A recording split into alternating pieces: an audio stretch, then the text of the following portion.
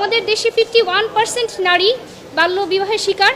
তারা শিশু থাকা অবস্থায় তাদের সাথে যে অপরাধ হয় সেটা যদি 2 বছর পর্যন্ত টাইম বার করে দেওয়া হয়, তাহলে তাদের যে ইনক্যাপাসিটি, অর্থাৎ তারা যে সঠিক সময়ে মামলা দায়ের করতে পারলো না, সেই বিষয়টাকে কোর্ট আসলে তাদের ইনক্যাপাসিটিটাকেই তখন দেখা যায় যে আইনে বার করে দিচ্ছে। বাল্যবিবাহ নিরোধ আইন 2017 অনুযায়ী বাংলাদেশে ছেলে এবং মেয়ের বিয়ের বয়স নির্ধারিত হয়েছে। মেয়েদের ক্ষেত্রে অবশ্যই 18 বছর বয়স পূর্ণ হতে হবে এবং এক্ষেত্রে ছেলেদের ক্ষেত্রে 21 বছর পূর্ণ হতে হবে এমন বিধান আইনে রেখে আইনটার ডেফিনেশনেই দেওয়া হয়েছে যে এর নিচে কোনো ছেলে মেয়েকে বিয়ে দিলে সেটা বাল্যবিবাহ আইনে অপরাধ হিসেবে বিবেচিত হবে এবং এই অপরাধে কেউ অপরাধী হলে তার 2 বছর পর্যন্ত কারাদণ্ড এবং 1 লক্ষ টাকা পর্যন্ত জরিমানার বিধান রয়েছে। অনাদায়ে আরও 3 মাস কারাদণ্ডের বিধান রয়েছে। এই বাল্যবিবাহ নিরোধে সরকার আইন প্রণয়ন করেছে সঠিক, তবে এই বাল্যবিবাহ নিরোধ আইনের 18 ধারায় বলা হয়েছে যে এই বিবাহ হওয়ার 2 বছরের মধ্যে মামলা ফাইল না করলে কোনো কোর্ট কগনিজেন্স নিতে পারবে না, অর্থাৎ কোর্ট সেই অপরাধটা আমলে নিয়ে বিচার করতে পারবে না। এই যে টাইম লিমিটের যে বারটা, অর্থাৎ আমরা এখানে দেখিয়েছি যে ইউনিসেফের যে আমাদের এভিডেন্স প্রোফাইল অনুযায়ী বাংলাদেশ হচ্ছে সাউথ এশিয়ান কান্ট্রিগুলির মধ্যে 1 নম্বরে বাল্যবিবাহতে এবং সারা বিশ্বে 3য়। এবং এই বাল্যবিবাহের ফলে মেয়েদের শারীরিক এবং মানসিক ক্ষতি হচ্ছে, মায়ের মৃত্যুহার, শিশু মৃত্যুহার এগুলিও বেড়েছে। উপরন্ত আমাদের নারী ও শিশু নির্যাতন দমন আইনের যে রেপের যে ডেফিনেশনে, সেখানে আন্ডার 16 কোনো মেয়ের সাথে ফিজিক্যাল রিলেশন করাটাও রেপ।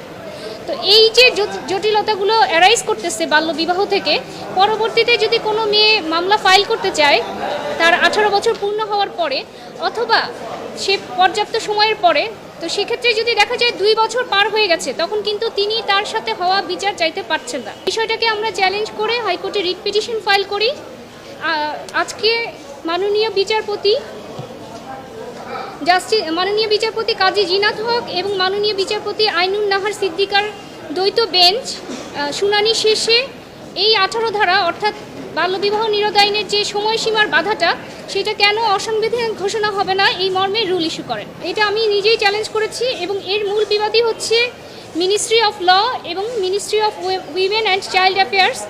এছাড়াও মিনিস্ট্রি অফ হোম অ্যাফেয়ার্সকেও এটার বিবাদী করা হয়েছে, অর্থাৎ আইন মন্ত্রণালয়,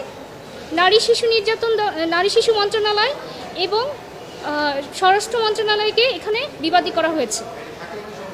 এটা থাকলে মূলত যে সমস্যা হচ্ছে, একজন নারী যখন একজন শিশু, এই অপরাধগুলো হচ্ছে একজন শিশুর সাথে, যেহেতু আন্ডার 18 হলে সেটা বাল্যবিবাহ। তো কারো যদি 11 বছর 13 বছরে বিয়ে হয়, সে 18 বছর হলে তো সে মামলা করার সময়ই পাচ্ছে না।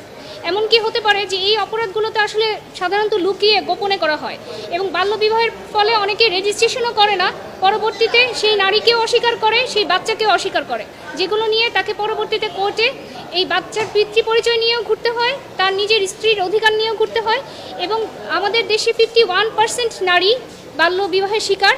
তারা শিশু থাকা অবস্থায় তাদের সাথে যে অপরাধ হয় সেটা যদি 2 বছর পর্যন্ত টাইম বার করে দেওয়া হয়, তাহলে তাদের যে ইনক্যাপাসিটি, অর্থাৎ তারা যে সঠিক সময়ে মামলা দায়ের করতে পারলো না, সেই বিষয়টাকে কোর্ট আসলে তাদের ইনক্যাপাসিটিটাকেই তখন দেখা যায় যে আইনে বার করে দিচ্ছে। এখন একজন শিশু 11, 12, 13 বছর বয়সে তার আসলে মামলা করার ক্যাপাসিটি থাকে না। সেই বিষয়ে ভিকটিম হলেও তার ওই পর্যাপ্ত জ্ঞান, সুযোগ, সময় থাকে না যে সে 2 বছর সময়সীমার মধ্যেই মামলা করতে পারবে। অতএব বিধানটা যখন আনকনস্টিটিউশনাল হিসেবে রুল ইস্যু করেছে, আমরা এটা পরবর্তীতে চূড়ান্ত শুনানির জন্য প্রস্তুত করব এবং বিবাদীরা এসে এই বিষয়ে জবাব দিবে। এই বিধানটা থাকাটা আসলে শিশুদের সাথে যে অপরাধ হচ্ছে সেই বিষয়ে একটা বাধা সৃষ্টি করছে কোর্টকে কগনিজেন্স দিতে, বিচার করতে।